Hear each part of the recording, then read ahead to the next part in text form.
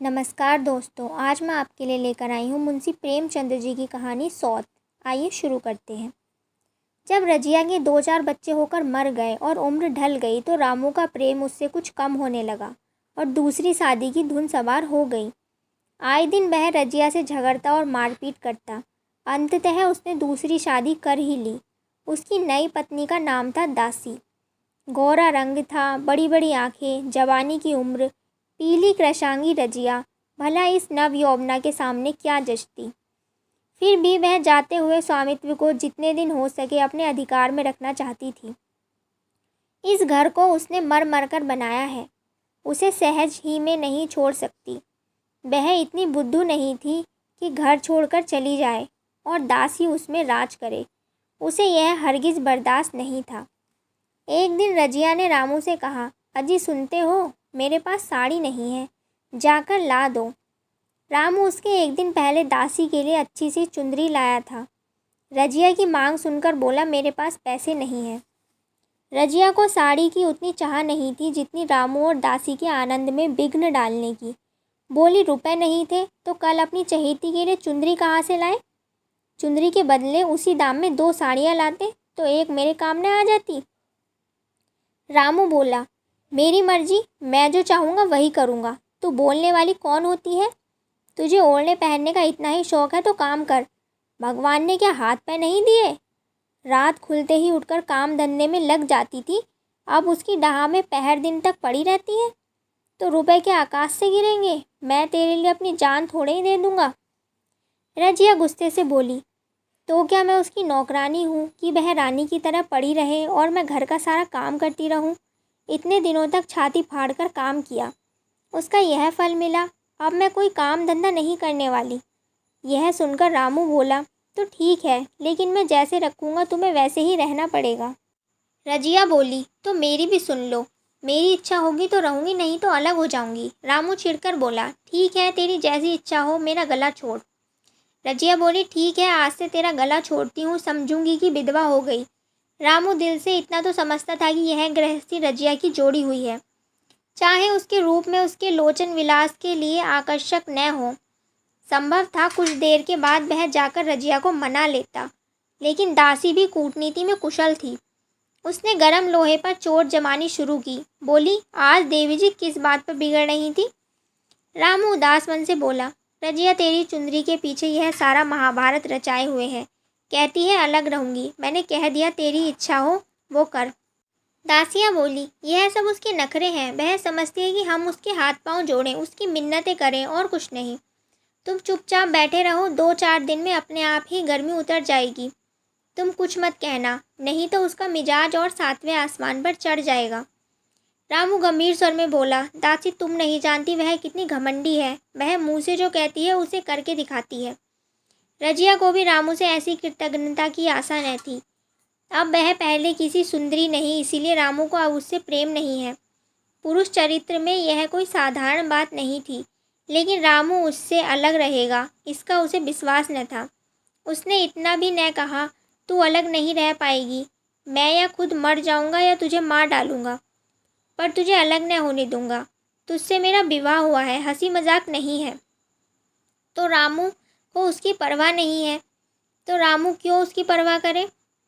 क्या सभी स्त्रियों के पुरुष बेटे होते हैं? सभी के माँ बाप बेटे पोते होते हैं?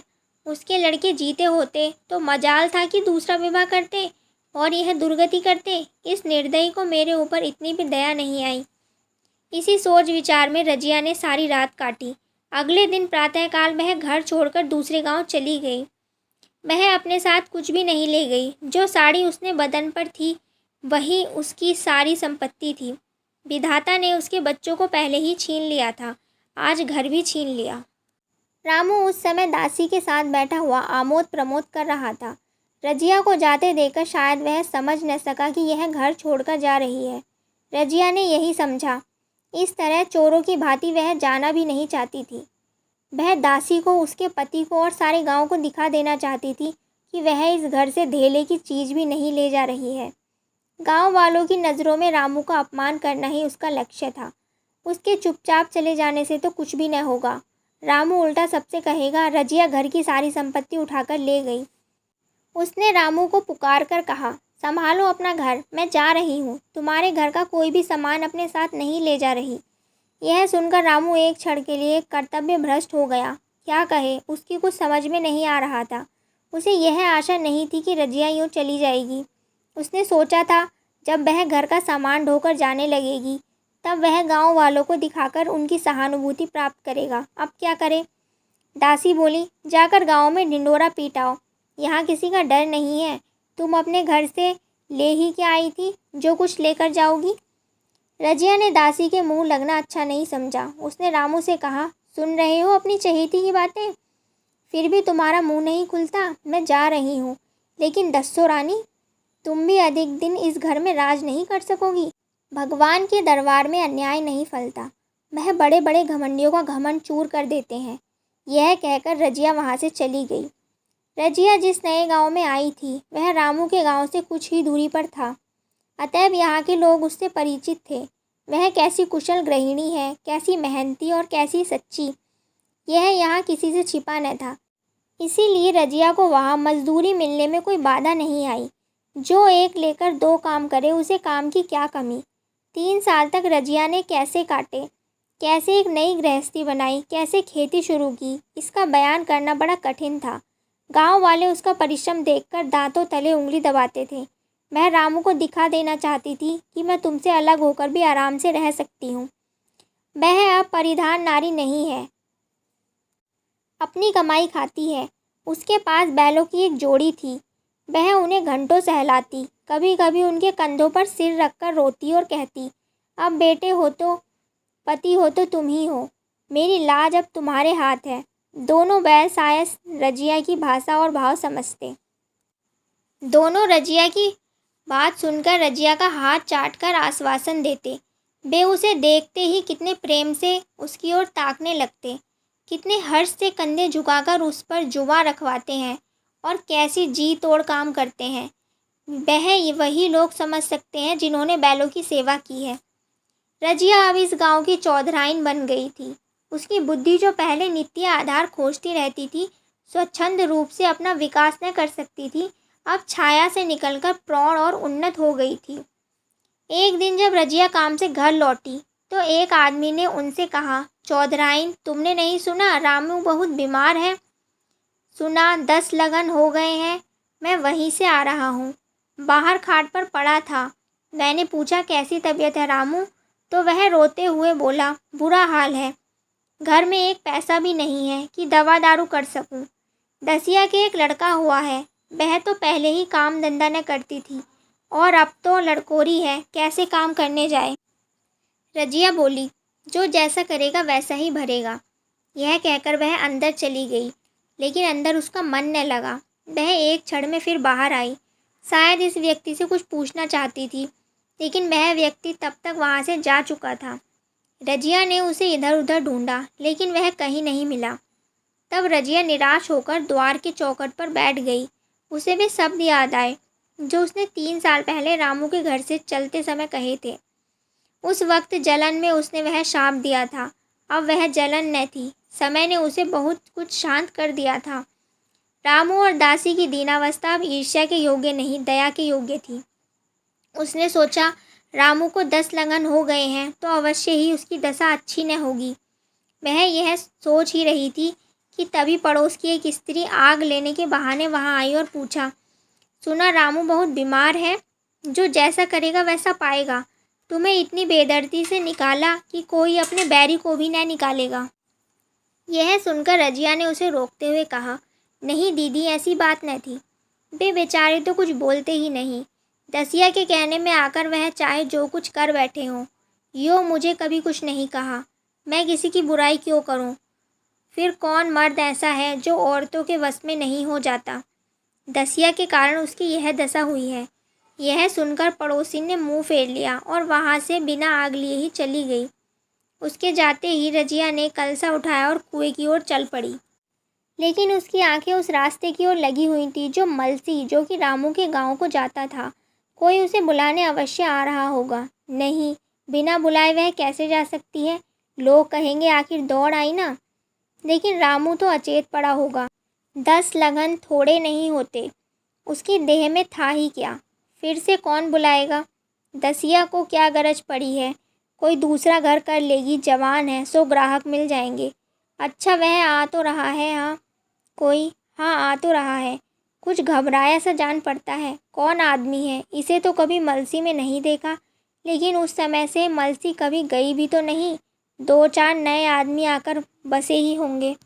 राहगीर चुपचाप कुएं के पास से निकला। रजिया ने कलसा जगत पर रख दिया और उसके पास जाकर बोली, तुम्हें रामू महतो ने भेजा है ना। अच्छा तो चलो घर, मैं तुम्हारे साथ चलती हूँ। नहीं, अभी मुझे कुछ देर लगेगी। मैं तुम्हें कुछ रुपए दे दूँ, जाकर दसिया को दे देना। कह देना रजिया ने दिए हैं, और कोई काम हो तो बुला भेजे। राहगीर रामू को क्या जाने, वह तो किसी दूसरे गांव का था। पहले तो चकराया, फिर समझ गया। चुपके से रजिया के साथ चला गया और रुपए लेकर चलता बना। बटोही के जाते ही रजिया ने बैलों को पानी दिया, लेकिन मन रामू की ही ओर लगा था। स्नेह स्मृतियाँ छोटी छोटी तारिकाओं की भांति मन में उदित होती जाती थीं। एक बार जब वह बीमार पड़ी थी, वह बात याद आ गई। 10 साल हो गए हैं। वह कैसे रात दिन उसके सिरहाने बैठे रहता था। खाना पीना तक भूल गया था। उसके मन में आया, क्यों न चलकर देख ही आऊँ। कोई क्या कहेगा, किसका मुँह है जो कुछ कहे। चोरी करने नहीं जा रही हूँ, उस आदमी के पास जा रही हूँ जिसके पास 15-20 साल रही हूँ। यह सोच विचार कर उसने रामू को देखने का निश्चय कर लिया और सुबह होते ही रामू के गांव की ओर चल पड़ी। इधर रामू को अब मालूम हो गया कि अब वह नहीं बचेगा। दासी सुंदर थी, शौकीन थी और फूहड़ थी। जब पहला नशा उतरा तो ढाई ढाई शुरू हुई। खेती में उपज कम होने लगी और जो भी होती थी वह ऊट पटांग खर्च होती थी। ऋण लेना पड़ता था। इसी चिंता और शौक में रामू का स्वास्थ्य दिन प्रतिदिन बिगड़ता गया। शुरू में कुछ परवाह न की, परवाह करके ही क्या करता। घर में पैसे थे। आताइयों की चिकित्सा ने बीमारी की जड़ और मजबूत कर दी और आज 10-12 दिन से उसका खाना पीना भी छूट गया था। मौत के इंतज़ार में पड़ा करहा रहा था। रजिया को याद करके वह बार बार रोता और दासी को कोसता, तेरे ही कारण मैंने उसे घर से निकाला। वह क्या गई, लक्ष्मी चली गई। मैं जानता हूँ अब भी बुलाऊं तो दौड़ी आएगी, लेकिन बुलाऊं किस मुँह से। एक बार वह आ जाती तो उससे अपना अपराध क्षमा कर लेता, फिर मैं खुशी से मरता। रामू दासी को कोस ही रहा था कि तभी रजिया ने आकर उसके माथे पर हाथ रखते हुए पूछा, कैसी तबीयत है तुम्हारी। मुझे तो आज ही खबर मिली। रामू ने सजल नेत्रों से रजिया को देखा, लेकिन कुछ कह न पाया। दोनों हाथ जोड़कर उसे प्रणाम किया, परंतु हाथ जुड़े ही रह गए और आंखें उलट गईं। लाश घर में पड़ी थी। रजिया रो रही थी। दासी चिंतित थी। घर में रुपए का नाम नहीं। लकड़ियाँ तो चाहिए ही, कफन के बगैर लाश उठेगी कैसे। डर रही थी कि आज गहनों पर आफत आई। उसने चौधरी के लड़के को बुलाकर कहा, देवर जी, यह बेड़ा कैसे पार लगे। गांव में कोई भी धेले का विश्वास करने वाला नहीं। मेरे पास कुछ गहने हैं। चौधरी से कहो इन्हें गिरवी रखकर आज का काम चलाएं। आगे भगवान ही मालिक है। यह सुनकर चौधरी का बेटा बोला, रजिया से क्यों नहीं मांग लेती। तभी रजिया आगे पहुँचती हुई बाहर निकली। कान में भनक पड़ी। पूछा, क्या बात है जोखू, क्या सलाह कर रहे हो। अब मिट्टी उठाओगे कि सलाह ही करते रहोगे। जोखू बोला, हाँ उसी का सरंजाम कर रहा हूँ। रजिया बोली, रुपए पैसे तो यहाँ होंगे नहीं, बीमारी में खर्च हो गए होंगे। इस बेचारी को तो उन्होंने बीच मझधार में लाकर छोड़ दिया। ये लो 50 रुपये और जल्दी से दहा करम की तैयारी करो। यह देखकर दसिया रजिया के पैर पकड़कर रोने लगी। उसने देखा रजिया में कितनी दया, कितनी क्षमा है। रजिया ने उसे छाती से लगाकर कहा, क्यों रोती है बहन। वह चला गया, मैं तो हूँ। अब तुम किसी बात की चिंता मत करो। इसी घर में हम दोनों उसके नाम पर बैठेंगी। तुम अपने गहने अपने पास रखो और हाँ, जिस से तुमने रुपए लिए हो मुझे बता देना। मैं झगड़ा नहीं मोल लेना चाहती। बच्चा इतना कमज़ोर क्यों हो रहा है। दसिया बोली, मेरे दूध होता ही नहीं। जो गाय तुम छोड़ गई थी वह मर गई। दूध नहीं मिलता इसीलिए कमज़ोर हो गया। रजिया बोली, बहन तुम चिंता मत करो, मैं कल ही गाय ला दूंगी। सारी गृहस्थी उठा लाऊंगी, वहाँ क्या रखा है। कुछ देर बाद लाश धूम से उठी। रजिया उसके साथ गई, दाह कर्म किया और ब्राह्मणों को भोज और दक्षिणा दी गई। उसके बाद रजिया दूसरे गांव से अपना सारा सामान, बैल गाय ले आई और दासी के साथ रहने लगी। अब दोनों मिलकर काम करती। दासी को अब वह सौत नहीं, बेटी समझती थी। उसका लड़का भीखू भी स्कूल जाने लगा था। उन्हें एक साथ रहते हुए 7 वर्ष बीत गए थे। दसिया के बेटे की सगाई की बातचीत भी पक्की हो गई। इस जाति में बचपन में ही ब्याह हो जाता था। दसिया ने कहा, बहन गहने बनवा कर क्या करोगी? मेरे गहने तो हैं ही। रजिया बोली, नहीं बहन, उसके लिए तो मैं नए बनवाऊंगी। अभी तो मेरा हाथ चलता है, जब थक जाऊं तो जो चाहे करना। तेरे अभी पहनने ओढ़ने के दिन हैं, तू अपने गहने रहने दे। नाइन ठकुर सोहाती करके बोली, आज भीखू के बाप होते तो कुछ और ही बात होती। रजिया बोली, बे नहीं है तो क्या हुआ, मैं तो हूँ। बे जितना करते मैं उससे दूना करूँगी। जब मैं मर जाऊँ तब कहना भीखू का बाप नहीं है। विवाह के दिन दसिया को रोते देखकर रजिया ने कहा, बहू तुम रोती क्यों हो? अभी तो मैं जिंदा हूँ। घर तुम्हारा है, जैसे चाहे रहो। मुझे एक रोटी बनाकर दे देना बस, और मुझे क्या करना है। दसिया उसकी गोद में सिर रखकर रोने लगी। बोली, जी जी तुम मेरी माता हो। आज तुम न होती तो मैं किसके द्वार खड़ी होती। मैं दुख से नहीं रोती, भगवान की दया पर कि कहाँ मैं और कहाँ यह खुशहाली। यह सुनकर रजिया मुस्कुराकर रो दी। कहानी समाप्त।